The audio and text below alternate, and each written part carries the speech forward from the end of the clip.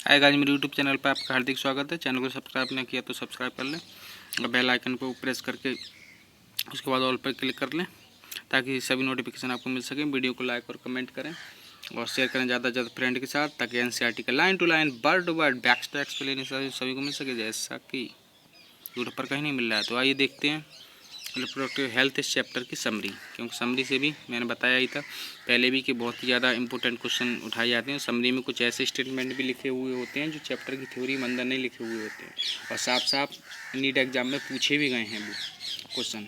Biotechnology जब मैं chapter आपको पढ़ाऊँगा तो बायोटेक्नोलॉजी चैप्टर में मैं साफ साफ दिखाऊँगा एक ऐसा स्टेटमेंट पूछा गया है बिल्कुल जो कि समरी में लिखा हुआ है चैप्टर की, लेकिन अंदर नहीं था। Summary reproductive health refers to a total well-being in all aspect of reproduction। मतलब रिप्रोडक्टिव हेल्थ का मतलब ये है कि टोटल वेलबींग मतलब पूरे तरीके से सही होना इन ऑल एस्पेक्ट रिप्रोडक्शन के सभी एस्पेक्ट में, that is physical, emotional, behaviour and social. और एक बात मैंने बताई थी कि अगर कोई चीज़ के बारे में इंफॉर्मेशन हो रही हो तो वो कॉमन पढ़ रही हो कि वहाँ चैप्टर के अंदर भी दी गई है, चैप्टर की थ्योरी में और समरी में भी, तो फर्स्ट प्रायोरिटी चैप्टर की थ्योरी को ही देना। लेकिन कुछ चीज़ें जो चैप्टर की थ्योरी में है ही नहीं, केवल समरी में है, वो तो ऑब्वियसली समरी में ही लिखा हुआ तो उसी को मानेंगे, अंदर तो है ही नहीं ना। Our nation by the first nation, हमारा राष्ट्र जो है वो पहला राष्ट्र था, या देश की बात चल रही है भाई, इन द वर्ल्ड में पूरे विश्व में to initiate various action plan, विभिन्न प्रकार के एक्शन प्लान को स्टार्ट करने के लिए एट नेशनल लेवल, राष्ट्रीय स्तर पर टुवार्ड्स अटेनिंग ए रिप्रोडक्टिवली हेल्दी सोसाइटी, की रिप्रोडक्टिवली हेल्दी सोसाइटी बनाने के लिए।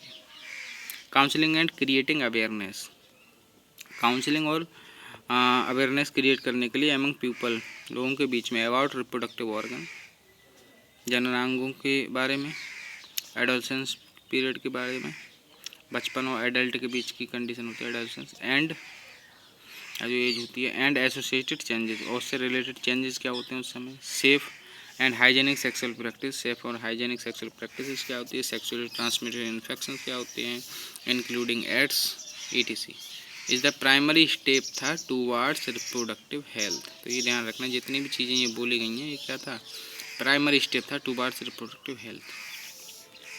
Providing medical facilities and care, medical facility provide करना, केयर करना to the problems like menstruation irregularity, pregnancy related expects, delivery, medical termination of pregnancy, STIs, sexually transmitted infection, birth control, infertility, postnatal child का मतलब होता है मतलब बच्चे की delivery होने के बाद जो है बच्चे की देखभाल रखना कि कैसे उसे कैसे क्या क्या खाना मतलब क्या क्या देना चाहिए, कैसे कैसे केयर रखना चाहिए।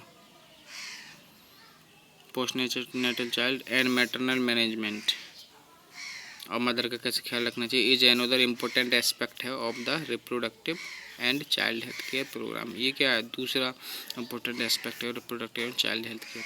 तो यहाँ से पहले जो जितना बोला गया ये वाला ये क्या था, प्राइमरी स्टेप था, और ये बाद वाला बोला गया है इसमें सेकेंडरी स्टेप है।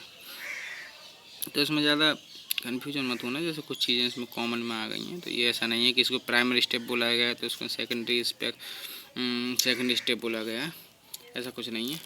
मतलब ये सब थे प्राइमरी स्टेप थे, ये ध्यान रखना। और ये क्या थे, दूसरा अनदर एस्पेक्ट का मतलब है जो कॉमन पढ़ रही हैं, जो मतलब जो जैसे STIs कॉमन यहाँ भी है, STIs कॉमन यहाँ भी, तो STIs को प्राइमरी स्टेप में ले लेना, जो कॉमन पढ़ रहे हैं उसको पहले में ही मान के चलना। तो इधर प्राइमरी टूवर्ड रिप्रोडक्टिव हेल्थ, अब वैसे भी ऐसे कर लेना कि यहाँ बोला गया है कि प्राइमरी स्टेप है टूवर्ड्स रिप्रोडक्टिव हेल्थ के बारे में, जबकि यहाँ क्या बोला गया है, another important aspect of the reproductive and child health care programme का। ये पूरा रिप्रोडक्टिव मतलब RCH के अंतर्गत आ गई हैं सब चीज़ें, ये वाली जो लिखी हुई हैं इतनी।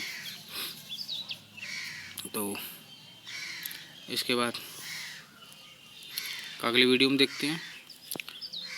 देखो NCERT अगर इतनी आसान होती ना तो इसको डिफरेंट एग्ज़ाम में इतना ज़्यादा इम्पोर्टेंट नहीं कहा जाता। और देखो फिजिक्स केमिस्ट्री बायोलॉजी जो आपके सब्जेक्ट मतलब फिजिक्स केमिस्ट्री जूलॉजी बॉटनी है, तो जूलॉजी बॉटनी आपकी एनसीईआरटी से ही पूछी जाती है, जबकि केमिस्ट्री फिजिक्स में बहुत ज़्यादा भी बाहर से निकल जाते हैं, खासतौर से फिजिक्स में निकल जाते हैं एक तरीके से। तो क्योंकि एनसीईआरटी भी अपने यहाँ पे बहुत बड़ा रोल प्ले करती है। तो एनसीईआरटी की लैंग्वेज इस हिसाब से कि इसकी एक एक लाइन पे पूरा पैरा बनाया जा सकता है। तो आप सोचें क्योंकि बस ऐसे पढ़ लें और नीट का पेपर कर देंगे या थोड़ी बहुत प्रैक्टिस करके कर देंगे, तो ऐसा नहीं, प्रैक्टिस तो आपको करनी पड़ेगी, क्योंकि there is no substitute of hard work का कोई सब्सटीट्यूट नहीं है। तो क्वेश्चन प्रैक्टिस करनी पड़ेगी, तभी आपको चीज़ें क्लियर होंगी। जब क्वेश्चन आप लगाओगे तभी आप जब क्वेश्चन में फंसा करोगे तब उस लाइन को दोबारा पढ़ोगे, तब उसको और क्लियर होगी, आपको हर बार ऐसी ज़्यादा क्लियर होती रहेगी। तो टीचर का काम होता है गाइड करना, चीज़ों को थोड़ा सिंप्लीफाई करने की कोशिश करना, तो वो मैं बहुत अच्छे से कर रहा हूँ। तो बाकी वीडियो देखने के लिए धन्यवाद।